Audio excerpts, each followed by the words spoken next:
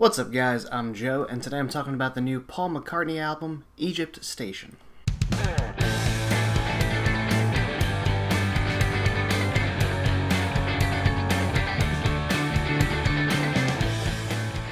So Paul McCartney, who really needs no introduction at this point, is back with his 18th studio album, Egypt Station.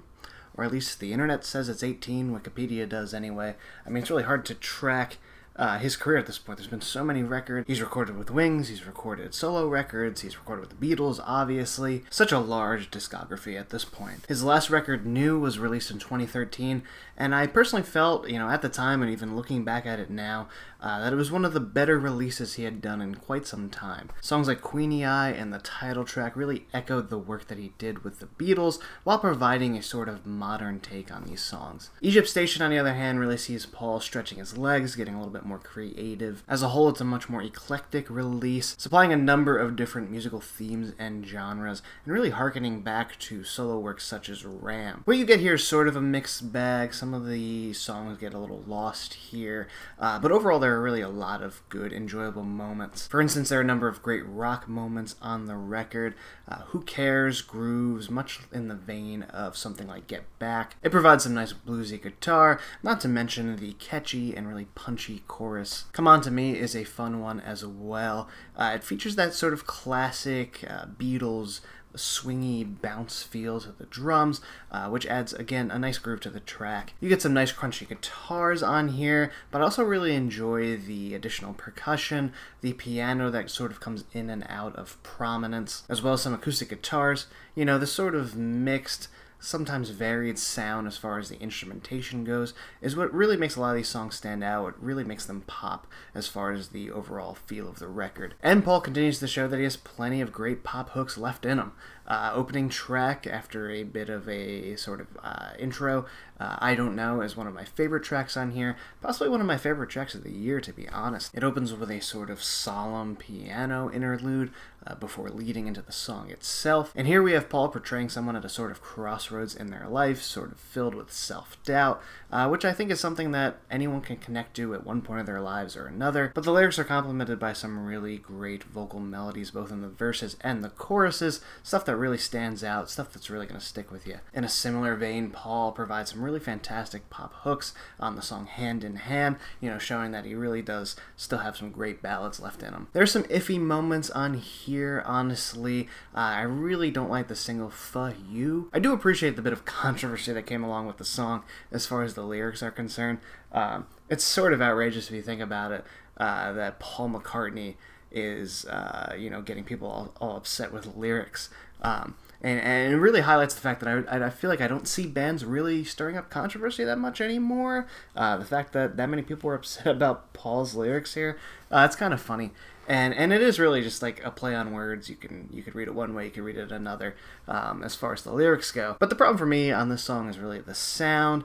I was reading that Paul had been told that they needed a sort of single material type song, and this is what they ended up with. It features a lot of modern instrumentation, even the millennial woe kind of thing, which I'm not a fan of. It's super oversaturated. Those weird kind of electronics dancing around the back. Not really a sound that works for Paul, and not one that he really needs to chase either, in my opinion.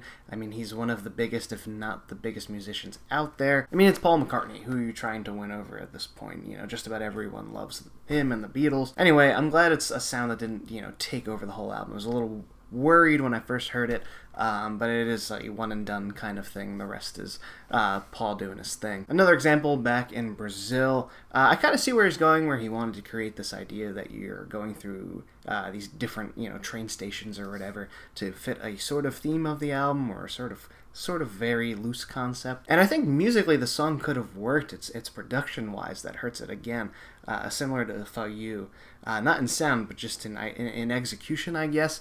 The sound of this song comes off feeling like one of those like bossa nova keyboard settings or something like that. Really, it's a song I think it could have worked, but sort of brought down by that instrumentation problem and that little span there of Do It Now, Caesar Rock. The songs just kind of are there for me. They're okay.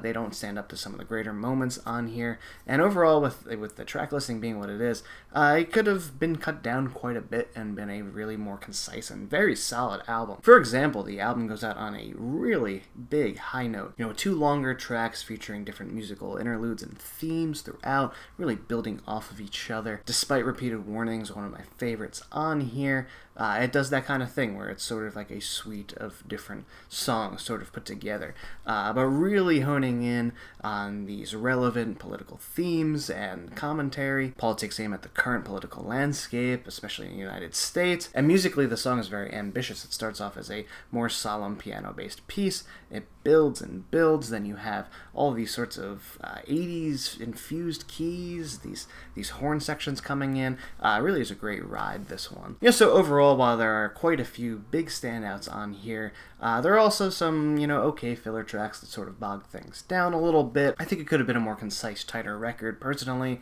but I don't mind the fact that it's sort of, like I said, eclectic in what it has to offer. While New was an album I really like, I do appreciate Paul kind of putting himself out there a little bit more, experimenting a little bit more, especially at this point in his career. It is cool to see a musician wanting to try different things. So I'm feeling probably a stronger 3.5 out of 5 for this one, again, because of those highlights I mentioned. But let me know what you think of the album in the comments, whether I'm right, whether I'm wrong. As always, thanks so much for watching, and I'll see you all next time. Oh, and don't forget to subscribe.